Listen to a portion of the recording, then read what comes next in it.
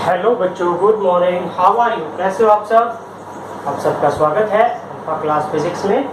तो आज हम पढ़ेंगे एवरेज पावर, या ये कहें power associated with pure inductive circuit.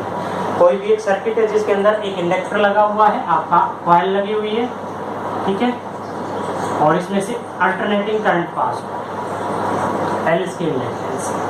तो हम इंडक्टर के बारे में पढ़ चुके हैं कि जब एसी सर्किट या ये कहें एसी सर्किट से कनेक्ट होता है तो इंडक्टर, उसके केस में E = E0 sin omega t, और करंट जो है वो लैग्स बिहाइंड होता है by phase angle π/2। I = I0 sin omega T minus π/2। तो हम इसको क्या लिख सकते हैं? I = I0 minus cos omega T, because 90 पे साइन चेंज इनटू कॉस। तो यहाँ पे अपने पास दो वैल्यूज आ गई। पावर क्या होती है? आपकी पावर होती है dW/dt, rate of doing work, EI के इक्वल। वैल्यूज पुट करते हैं minus E0 I0 sign omega T cos omega T.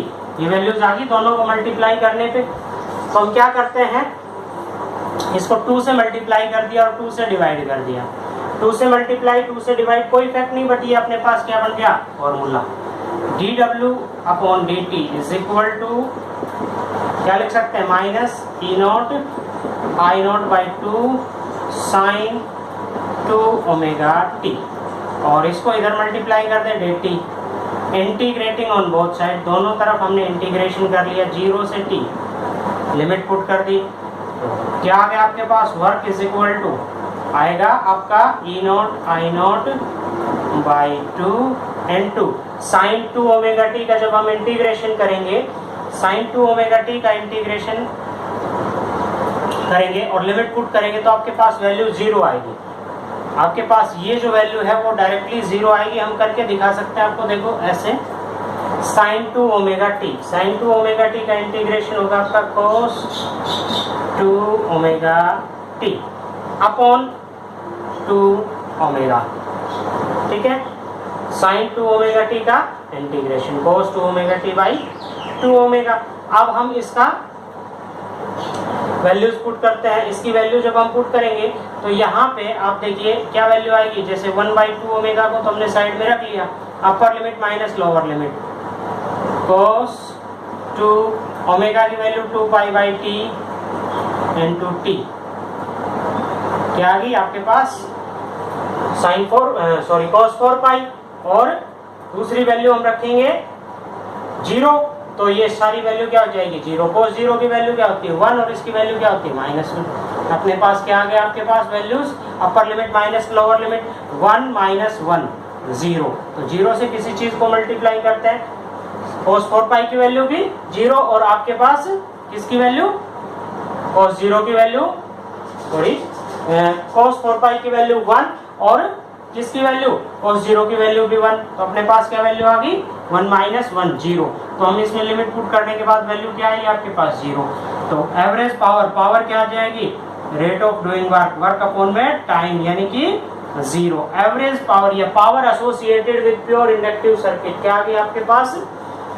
Value 0। Power drop कितनी होगी? 0। अगला इसी में है प्योर कैपेसिटिव सर्किट। इसमें भी वैल्यू क्या आएगी? 0। सिमिलरली है, ये आप खुद कर सकते हैं। देखिए कैसे, क्योंकि कैपेसिटिव सर्किट है। कैपेसिटिव सर्किट के अंदर क्या होता है? आपका कैपेसिटर लगा हुआ है, इसको सर्किट के साथ कनेक्ट किया हुआ है एसी करंट के साथ में, और E = तो E0 साइन ओमेगा टी, और I जो है करंट लीड करता है π/2 फेज एंगल आगे चलता है, साइन ओमेगा टी प्लस π/2 यानी कि क्या आ गया आपके पास? I = I0 cos omega T. उसमें यहाँ पे माइनस साइन था, तो एवरेज पावर क्या आएगी? उसी तरह से सिमिलरली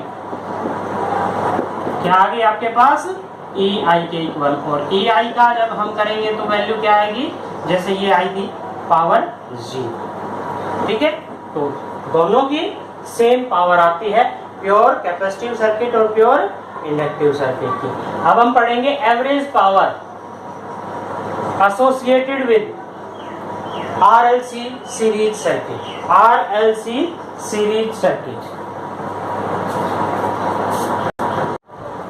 तो देखिए अगला जो टॉपिक है वो आपके पास है power associated with pure.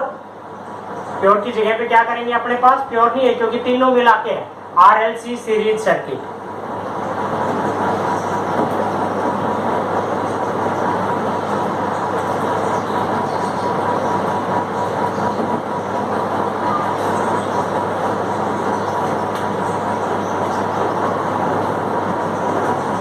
with RLC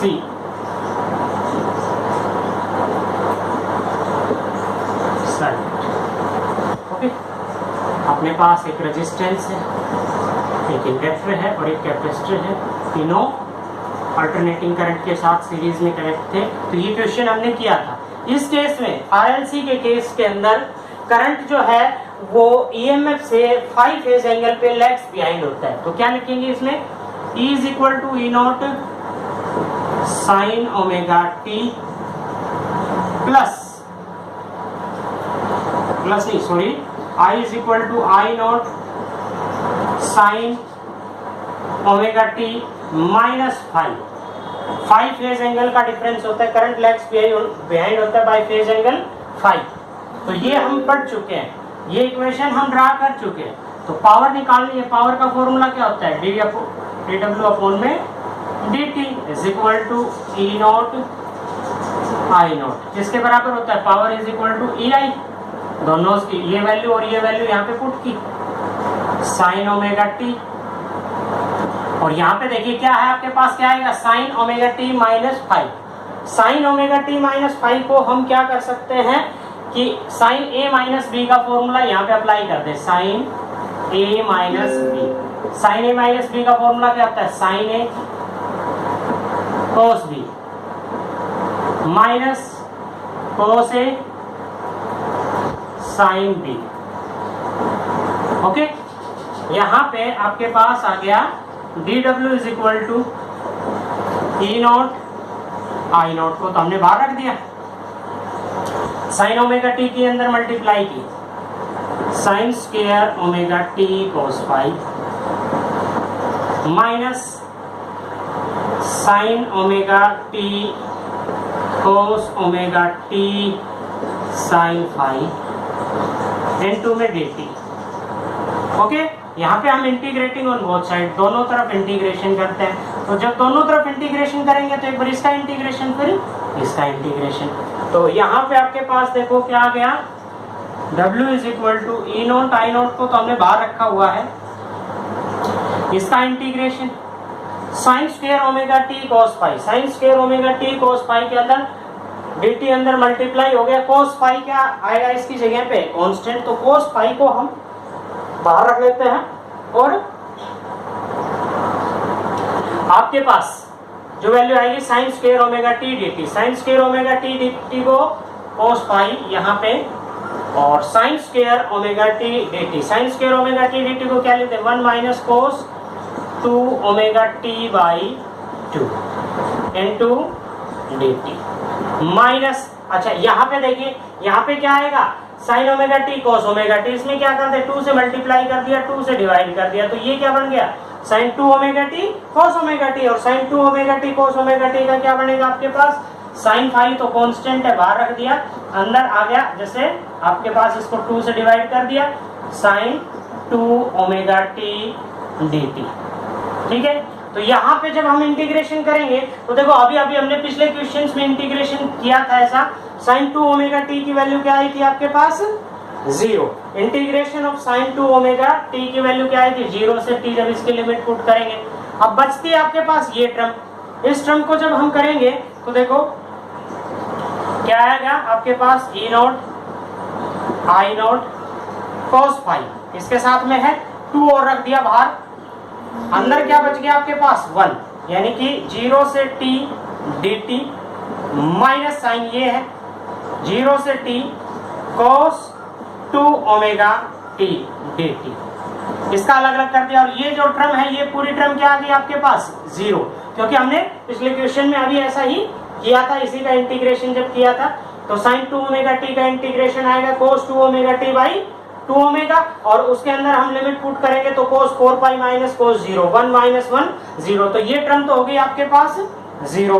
तो आपके पास आ गया वर्क किसके इक्वल आ गया, W is equal to E naught I naught by √2 okay, और ये आ गया आपके पास cos 5 और यहाँ पे dt का इंटीग्रेशन क्या आएगा आपके पास t और अपर लिमिट माइनस लोअर लिमिट करेंगे तो t माइनस, और अब यहाँ पे करेंगे cos 2 omega t, cos 2 omega t का इंटीग्रेशन करेंगे साइन, क्या आपके पास आएगी value sine 2 omega t by 2 minus, तो माइनस माइनस यहाँ पे अगर चाहे प्लस भी ले तो वैल्यू क्या आएगी साइन, अपर लिमिट पुट करेंगे तो sine 4 pi minus lower limit sine 0, sine 0 की वैल्यू 0 और साइन 4 पाई की वैल्यू भी एक तरह से क्या होती है 0, तो ये टर्म भी क्या होगी आपके पास 0, तो बचती है आपके पास ये वाली टर्म, इसको हम ऊपर लिख लेते हैं। तो देखिए क्या वैल्यू आ गई, W is equal to E naught I naught by √2 को हमने 2 में रख लिया, ये 2 था आपके पास, इसका क्या कर दिया √2 और √2 cos 5 इंटू टी और पावर क्या होता है वर्क अपॉन में टाइम, तो यहां से इसको टाइम से डिवाइड करेंगे तो ये क्या आ गया आपके पास पावर किसके बराबर आ गई, देखिए ई नॉट बाई √2 और आई नॉट बाई √2 किसके बराबर होती है वर्चुअल वैल्यू या effectual value of alternating EMF और अल्टरनेटिंग करंट, तो EV IV cos 5 आपके पास power with RLC series circuit, RLC series circuit की पावर क्या आ गई EV IV cos 5, EV IV cos 5 okay, तो यहाँ पे हमने पढ़ा, और यदि फाई की वैल्यू क्या हो जाए 90 डिग्री तो cos 90 क्या होगी 0, तो एवरेज पावर क्या आ जाएगी इसकी 0, और cos 5 की वैल्यू यदि 0 वैल्यू आ जाए फाई इज इक्वल टू 0, तो ये किस तरह से बिहेव करेगा, it behaves like a resistive circuit, यानी कि cos 5 की वैल्यू 1 और EV IV power EV IV effectual value of alternating EMF और effectual value of alternating current किसके बराबर आई थी आपकी रेजिस्टिव सर्किट की, power associated with pure resistive circuit की, तब जब फाई की वैल्यू यहाँ पे हम 0 पुट कर देंगे। तो हमने पढ़ी average power associated with pure inductive circuit, average power associated with pure capacitive circuit और power associated with RLC series circuit.